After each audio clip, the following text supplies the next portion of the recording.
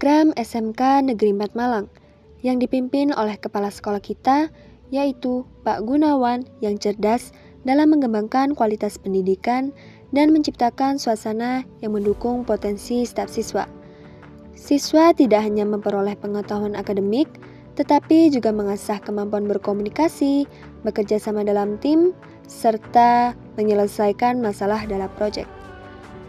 Pak Gunawan sendiri pun tidak hanya mengelola, tetapi juga menanamkan nilai-nilai integritas, kreativitas, dan keberagaman dalam setiap aspek pembelajaran di SMK Negeri 4 Malang.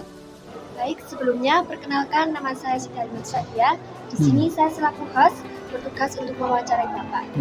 Saya ini perwakilan dari anak-anak yang ingin mengetahui lebih dekat tentang Bapak. Bisa diceritakan bagaimana?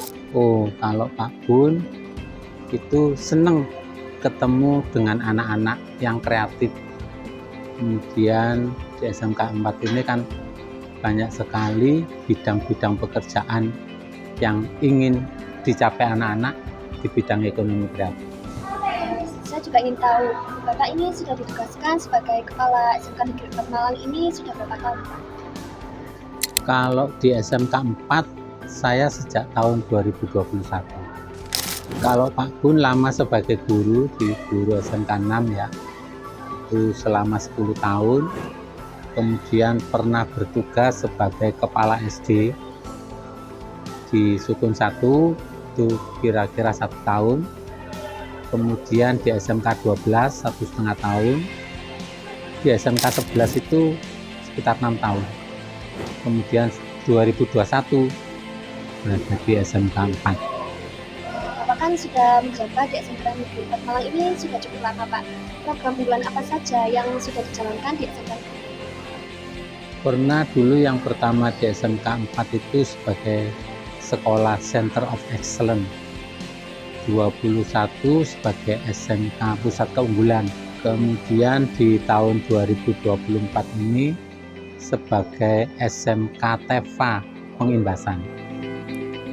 Melalui program unggulan tersebut, SMK Negeri 4 Malang berkomitmen untuk menjadikan tamatan unggul di bidang INTAK, IPTEK, berkarakter, dan berwawasan lingkungan yang dapat bekerja dan dapat melanjutkan ke jenjang pendidikan lebih tinggi, yang tidak hanya terampil secara teknis, tetapi juga memiliki daya saing tinggi dan siap menghadapi tantangan di dunia industri maupun berwirausaha.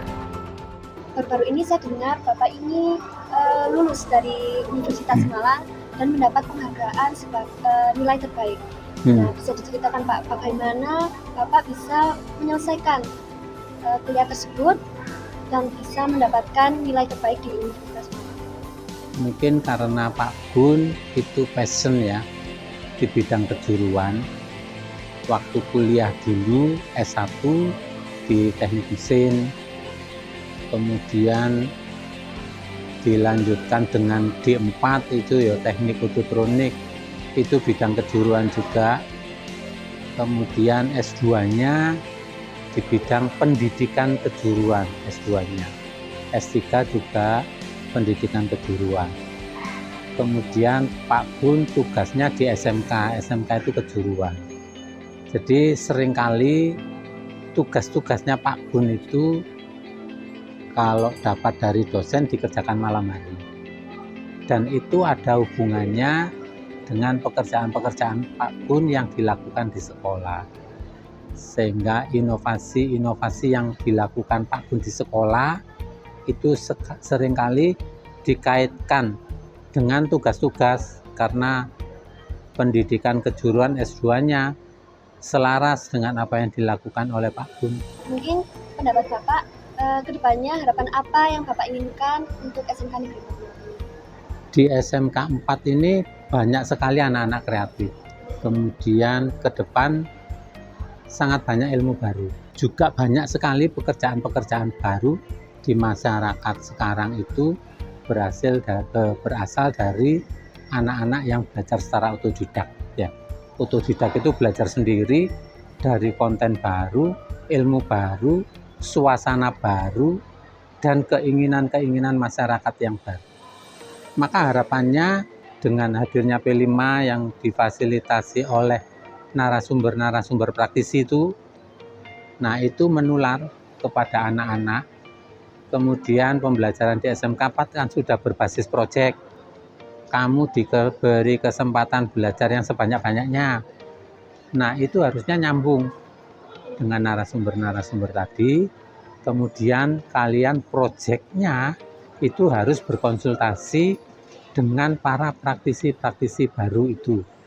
Praktisi-praktisi baru itu kan banyak sekali punya pengalaman-pengalaman dan kompetitif di bidang pekerjaannya. Nah, itu keinginannya anak-anak bisa langsung tersambung dengan narasumber-narasumber atau bisa dikatakan itu mentor-mentor yang diundang ke sekolah itu.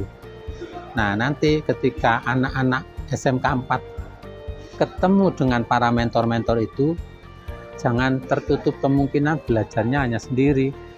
Jangan menutup kemungkinan belajarnya hanya dari pembelajaran online, tapi dari praktisi yang itu nanti kamu tergabung ke komunitasnya sesuai dengan yang diinginkan.